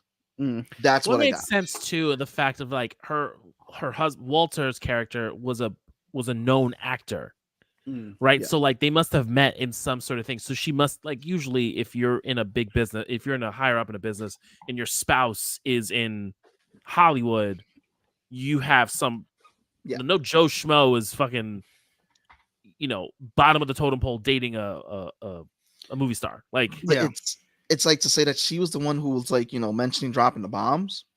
Well, I think she also had like she was playing manager role for him, but also like she was already I don't think she worked for Vault-Tec already at the time. I think she worked for someone else and then moved to Vault-Tec when Vault-Tec approached him to do the ads. They were mentioned that Vault-Tec 2 was buying a bunch of companies because when he meets right, there's like Vault-Tec purchased my division. Yes. And it could have been at the time that she wasn't working for Vault-Tec, but they don't really elaborate too much on that. But you could tell they were buying different businesses because they were about cornering the market and what they were hedging, and they were hedging their bets on the war. Yeah. And when the peace talks was being mentioned, they were like, "Yeah, what are we gonna do about?" And then she mentioned dropping the bombs. It's like I'm also curious because I don't think they ever revealed it. I think I know who that man in the booth was. Who do you guys think the man in the booth was? Oh, the one she looked up to when all that nonsense was happening. I don't know if it could have been the doctor, or so I don't think it was Henry because he was in. He was in the room with yeah. With him. I don't think You think it's someone we've seen already? I don't think it's anybody we've seen already. I almost know for a fact it's not someone we've seen already. If it is, I would be fucking surprised. I personally think it's something that they gave just for us, like hold up. People who play the game. We didn't answer this for Jason. So this is like a nuclear holocaust, and after a certain period of time, people came back to the surface. Yeah, essentially think like nuclear holocaust where like everyone dropped bombs on everyone, and like World War III just went to fucking town. And then you've got the vault. The vaults are like specific groups of people who went and they were supposed to live in there, and the experience were happening. And then you've got everyone else who were probably in fallout shelters and other means of surviving a nuclear war. And also and then again, back up. And just to really touch up on the vaults, it was again, Vault-Tec was trying to sell these vaults, but you can't sell vaults if there's no nuclear fallout. You can't sell the idea of vaults if there's no war. Yeah. So they were trying to. So it was 120 confirmed vaults, and then there's still probably more vaults that they don't know about because I heard one of the Fallout games is supposed to take place in Europe. That's the rumor. So the next one's supposed to take place in London, if I'm not mistaken.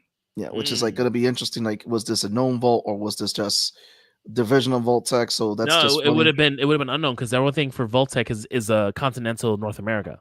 Yeah, or continental United States. Bing bing bing.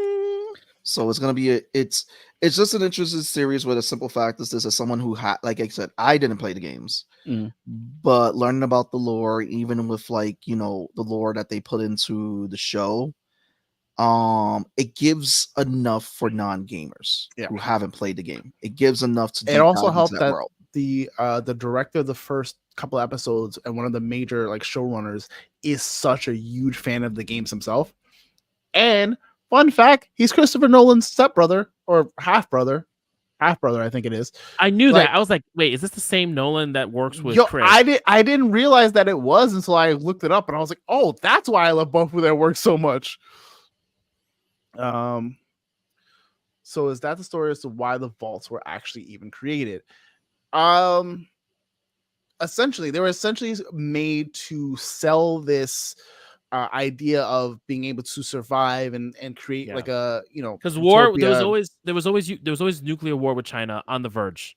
Yeah, think of the Cold War, but every day is the Cuban Missile Crisis. Yeah, but Jason, when you watch the series and they actually tell you what the vaults were invented for too, and what it gets sinister. Yeah, so there was that the business was built of this idea of selling safety to citizens of the United States in case of nuclear war, which is gonna happen, and you can still have some normalcy in life because you're not just stuck in a fallout shelter, which is not meant to be a permanent thing. Right.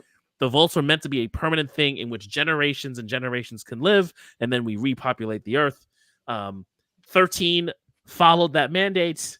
The other 100 and change did random experiments because this idea of scientists and companies just doing whatever the fuck they wanted to do. But that was unknown to the people who live there. But yeah, they were selling this so idea. You get there, that there was a lot of that like whole shaking idea hands, when the shaking wife hands. Yeah. you get that whole idea when the wife mentions like I'm trying to get us in one of the good vaults. Yo, Yeah. I was like, oh. So He's like, it good became vault. very yeah, he Part had of it me was when thinking, so what happened that when they ended, I thought that instead of like the scene how they ended with her dad showing up at whatever the hell Vegas. Was it Vegas? Or that was Seattle. No, that's Vegas. That's Vegas. Okay. That's why everyone was so crazy hype at the end, because they revealed him looking at the desert and seeing Vegas, and we're like, wait. Oh yeah, because they said they're following Vegas, right? Yeah. So essentially, the timeline in New Vegas, Shady Sands, is already destroyed. So they were like in the game, like essentially like with what's his name, the creator of the current like head of for it, Howard. Yeah, Howard. Yes. Essentially, he was like, oh, like he was brought with the idea that they're gonna play with this like timeline, and he was like, that's threading such a fucking tight needle, like, because you're essentially talking about Shady Sands being destroyed and the game having to do with it and taking place like literally just after, and New Vegas happening right before and right, like everything's literally right on top of each other, but it fits. So it's not like nothing got fucked up with the process, which is why I'm actually I don't want to play Fallout New Vegas again, but I kind of want to now because I want to feel like I paid more attention. Like for the most part, 3 is pretty run of the mill, cut and dry. Like I know all the beats of it. So yeah. So what do you think season 2 is going to take place after? Is the events after New Vegas and the events like after the show? They're gonna. So it's the events after the show, and it might touch upon certain things for Vegas, but because this takes place after, so technically in the game, New Vegas takes place in. I'm trying to find the year. I'm trying to find the year right now. Okay, I think it's like a couple years beforehand. Okay, so New Vegas happens in 2281. Yes. The show happens in 2296 to 97. Right. So what they did was they did what the Witcher games did, was go into the future after the games. Yes. So you have all the lore of the games to build off of, and vice versa, where the Witcher had all the lores of the book to then build your game. And so they don't fuck anything up because they're just doing what they're doing after all the events of New Vegas. New Vegas talking about Shady Sands being destroyed and all this other stuff, but they're still able to create their original story. Yeah.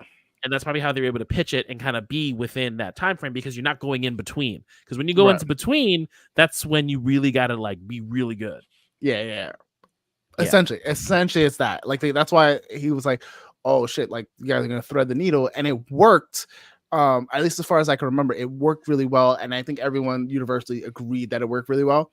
But it's such a crazy move because if you misstep that timeline at all, you fucked up your entire thing for the most part. But yeah, there's a lot of stuff that's gonna like dive into.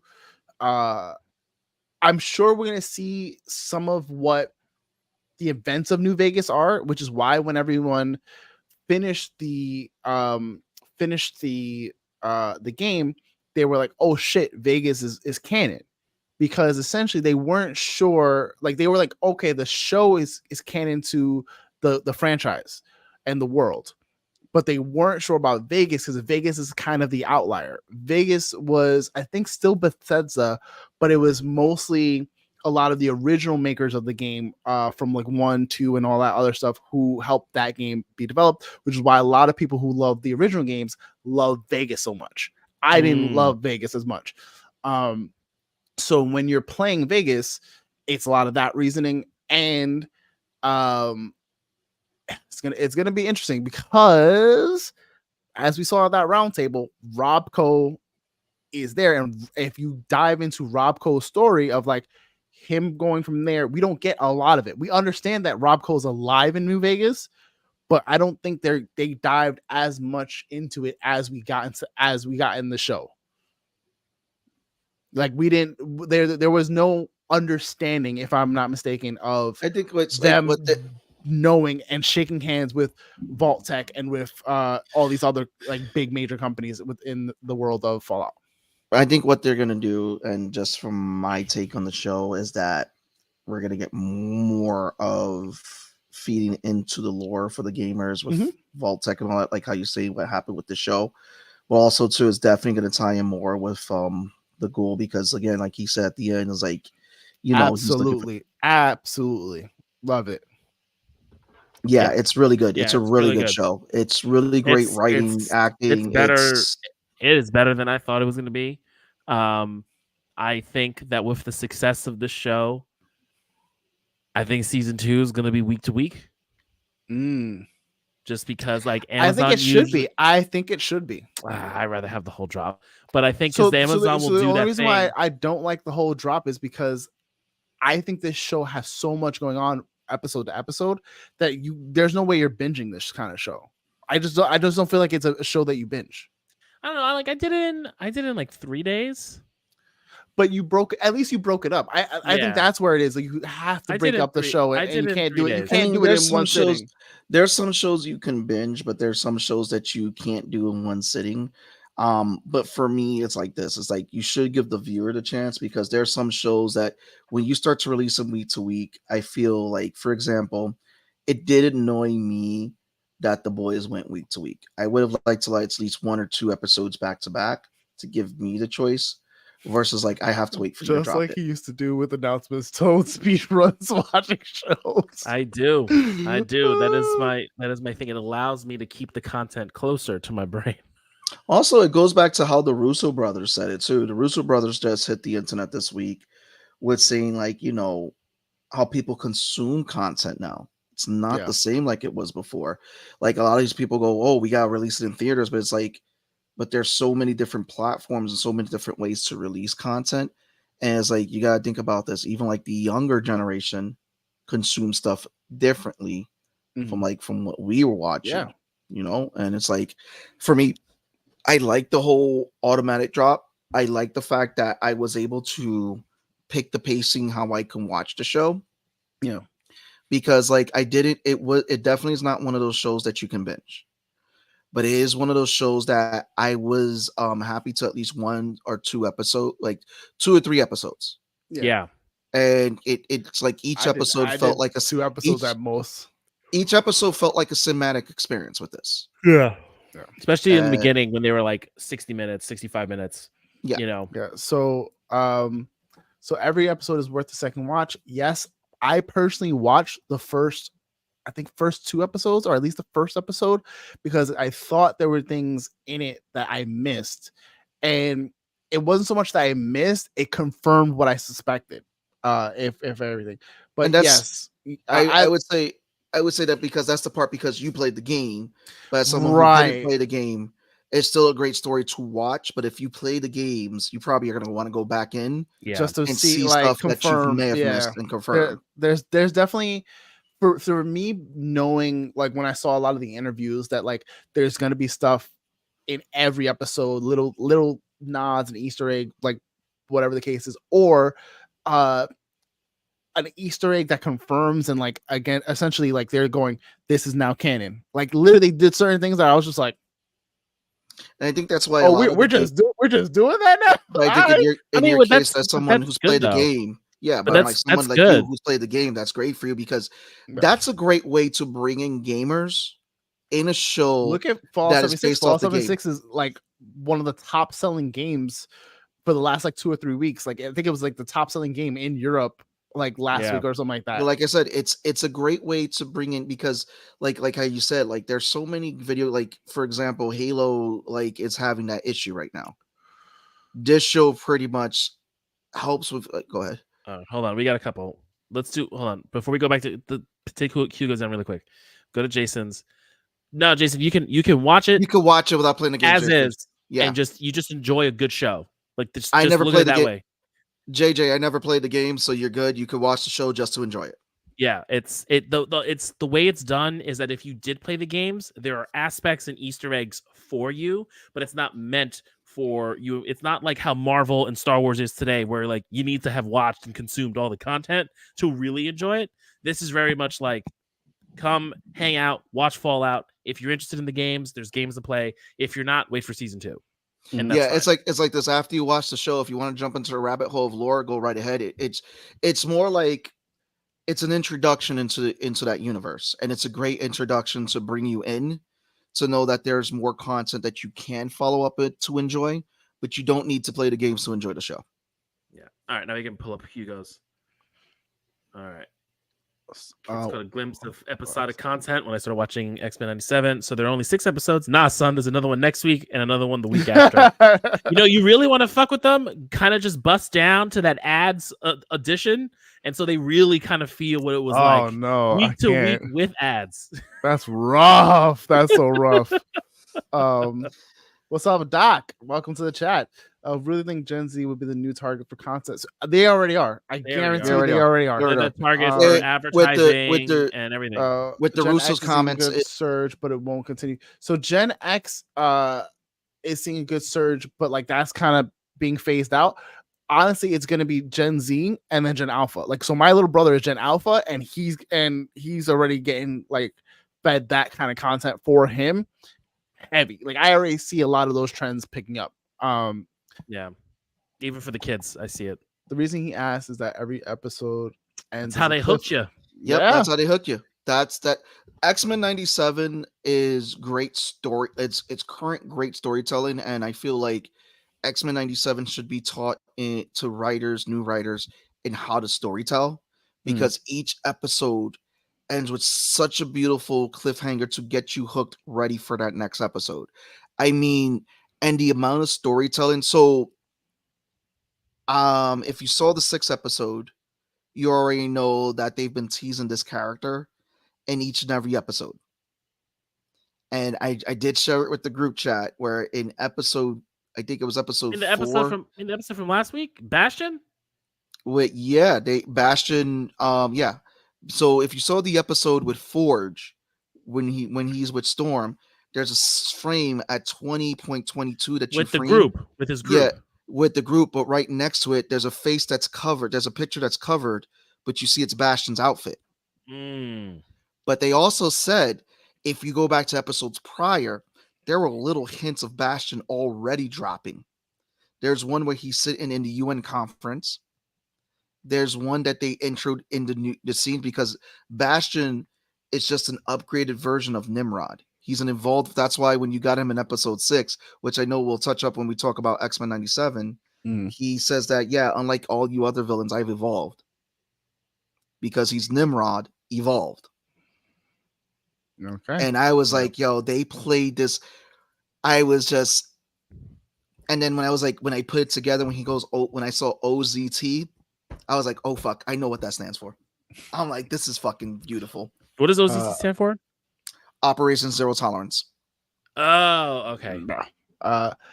Doc says 76 isn't needed to play at all since it's mostly an MMO based on Fallout 4. Yes, although I think it gives more context to a lot of the stuff that happens a few years after the bombs drop. So it takes place, I think, like within the first 15 years or something like that of the bombs dropping, something like that. It's the early iterations of the Brotherhood of Steel and the Enclave, and you see a lot of that happening with like essentially the world just being turned upside down with the events of what happened. With 3, you're seeing a lot of stuff takes place in DC. Vegas obviously takes place in Vegas. 4 takes place in Chicago, if I'm not mistaken. Is it Chicago? I want to say it's Chicago. But yeah, the games are so much that I do not want it to be. I do not want it to take place in Texas or in Florida because I think those vaults are probably the worst. Hold up. I would like to see. I would like to Texas see. has I no would like porno. to see it. I would like Jason, to see yes. Alaska though. New episodes. We have a new episode last week that we were just talking about, and then the next episode drops tomorrow. Yeah. So you want to catch up on X-Men 97? It's beautiful, and I think they also to drop down some lore that they based this new season on, where there's specific episodes you can go back to watch for the old X-Men series of how they were trying to plant the seeds for this character to reemerge. Yeah, I mean, they also showed Nimrod in the opening. Yeah. In last week's episode opening in the because they always show the stuff.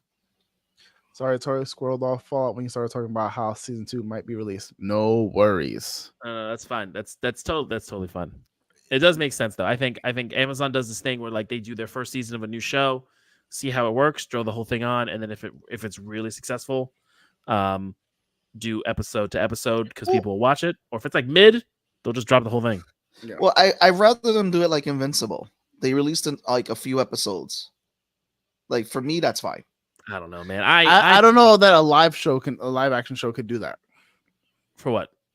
Like releasing batches and then release like Netflix does that all the time, and it just I don't like it. Netflix only does it for its like very popular shows.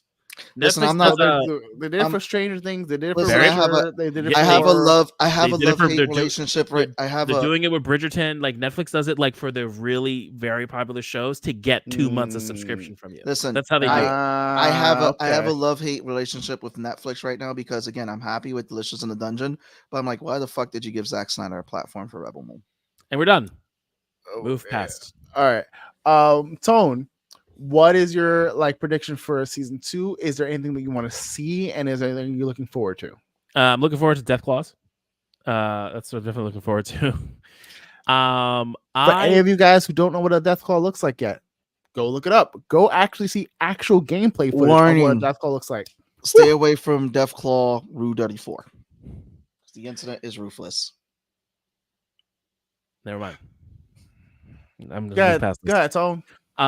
I'm interested to see how her father plays in with the Enclave, which I think is going to be which I'm assuming is in Vegas. Or they may make it that way because they're able to do whatever they want because the show is canon. Yeah, potentially. I still think it's the new California Republic. Yeah. Though I don't remember. It's also interesting because Well, her father works for Voltec though. Yes. So I which think- is ultimately the Enclave. I think No. he's gonna go to the big boss, which so is going to be the Ghoul's wife. The Enclave is essentially like pseudo government kind of thing, but like unless I'm mixing things up, but I don't think the Enclave is as like we're Vault-Tec. You know what I mean? Like they're more we're the government. I'm saying that I was putting it two together that the Enclave weaseled its way into Vault-Tec. Yes. So like it reminds me of if you know Metal Gear Solid lore and you know of how the government works in Metal Gear, Okay. and you know of the Lale Lule Lo, which is the shadow government. It's a whole thing. Metal Gear is a deep dive, and I love Metal Gear. So that's what I was thinking. So when I'm saying Enclave and Vault-Tec, I'm essentially talking about how the Enclave was the shadow government because the Vault-Tec was able to drop nukes on its own fucking country, which a regular company can't do. Like just straight up, they don't have that ability. So clearly they had some influence. Clearly they had some influence with the government, which was probably failing in some sort of way because Vault-Tec was able to do whatever it fucking wanted to do. Government contracts. Doc says, I want more automatons. That would be fucking great. If they get like the Mr. Gutsies or like Mr. Handies or if they get the Robo Brains, the Robo or the Mega, what is it, the Master Brain? Mr. Handy. Is the Enclave? No, the Enclave is a faction. They're one of the very prominent factions of Think Republicans, Democrats. Sure. I mean factions. Sure. No. Think of the Illuminati, man. Go with that. Go with the shadow government, the people in the background, the lizard people. Yeah. Lizard men. I have predictions of what I think. Can I say mine first because you're the big Fallout Oh yeah. Go ahead. I thought So you, I I thought only you gave have- yours already. That's why. No, Okay. Go no, for I it. didn't. I just think that so where the ghoul story is going, I think that where Lucy's father is heading is that the people who he's working for Vault Tech, I feel like it's gonna be another Vault or where Vault Tech's main headquarters are, where Geigen's wife, or in a nice little twist, his daughter may be running things. Yeah, I can see that. That's what I was gonna say. I was wondering if his daughter and his wife were in 31. Like I don't think they're in 31. That's what I was thinking originally, but now it may be just she has to be heading this whole thing. Yeah. Because the way they're using his character. They want to be in one of the good vaults. Doesn't necessarily mean the vault that they were all in. Yeah, because I don't think 31 was the good vault. I think 31 was a controlled experiment. I don't know full Fallout lore, but I did see that the Enclave and Vault Tech are separate, but Enclave is more like the Illuminati. Yes. Will says, I want more mutants, maybe a super mutant or two. Listen, we get super mutants. Oh, it's gonna be crazy. Yeah, don't worry.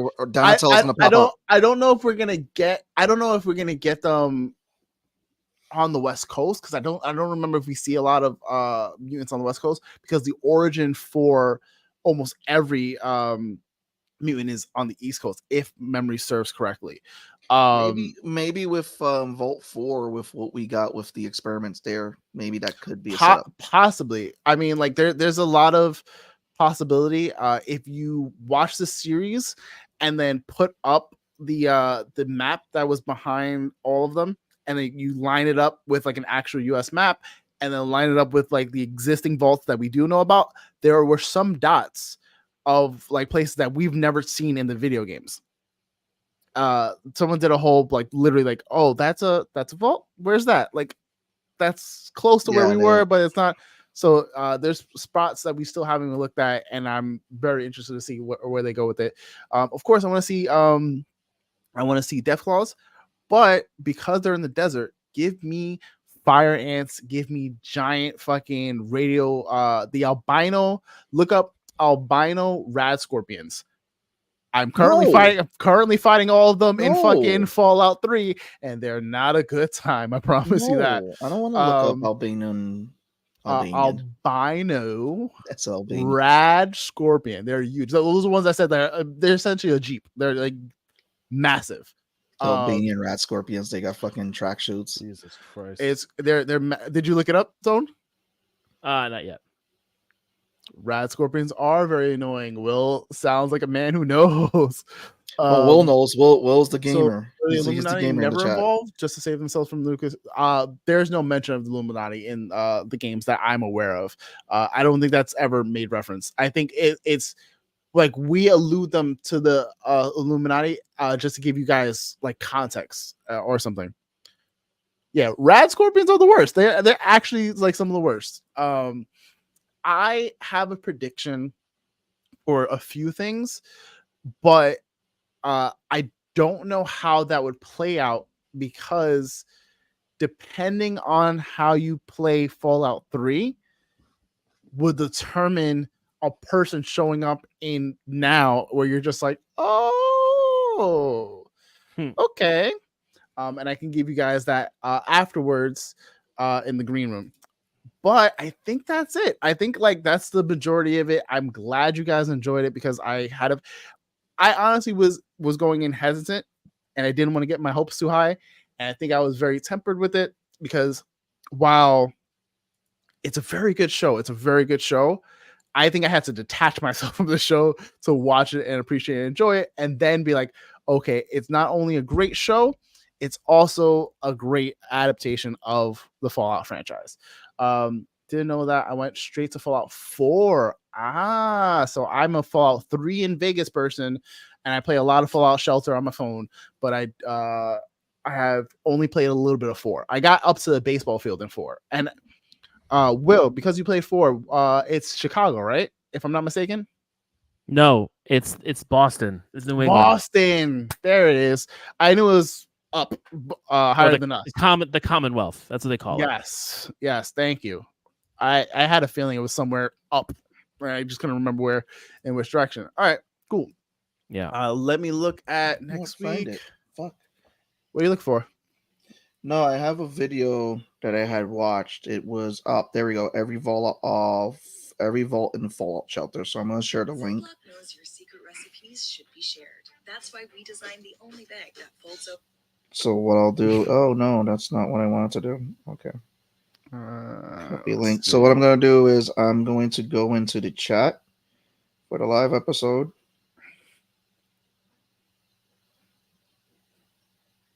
Yeah, next week is Ninja Kamui. All right, I need to watch that then. So we got that, and then we have random So topic for those and who are anniversary. So for those who you're gonna be away for your anniversary. That's the episode you're not here. So it's probably a random topic. So I just shared the link for the YouTube video I saw about every vault, which is pretty interesting. So for those who are interested, it goes through a bunch of different vaults. Enjoy. I was literally playing 3 just before we jumped on this. I gotta go beat Final Fantasy VII. But I appreciate you guys for being here. Thank you guys for nerding out with us as always. Enjoy your time in the Wastelands and enjoy the show with Jason. Thank you for stopping by. Thank you for joining in on the chat. Yeah, it's been great. It's been fun. I know I can't wait for more. I promise you guys this is gonna be my personality until I play Vegas, and then I connect all the dots and I'm be there with my fucking Pepe Silva red string. Yeah, you as well. You go. This new season anime, this new season anime is so goddamn good, and we get My Hero next week, if I'm not mistaken. Yeah, it's dropping soon. I need to catch up. Nice. But we're gonna take you guys out. Love you guys. Appreciate you guys. Let everybody here without you guys. Okie dokie, people. Okie dokie. Oh my god, we're not doing this. Love you guys. Appreciate you guys. Wouldn't be here without you guys. And we'll take you out. Bye. Bye.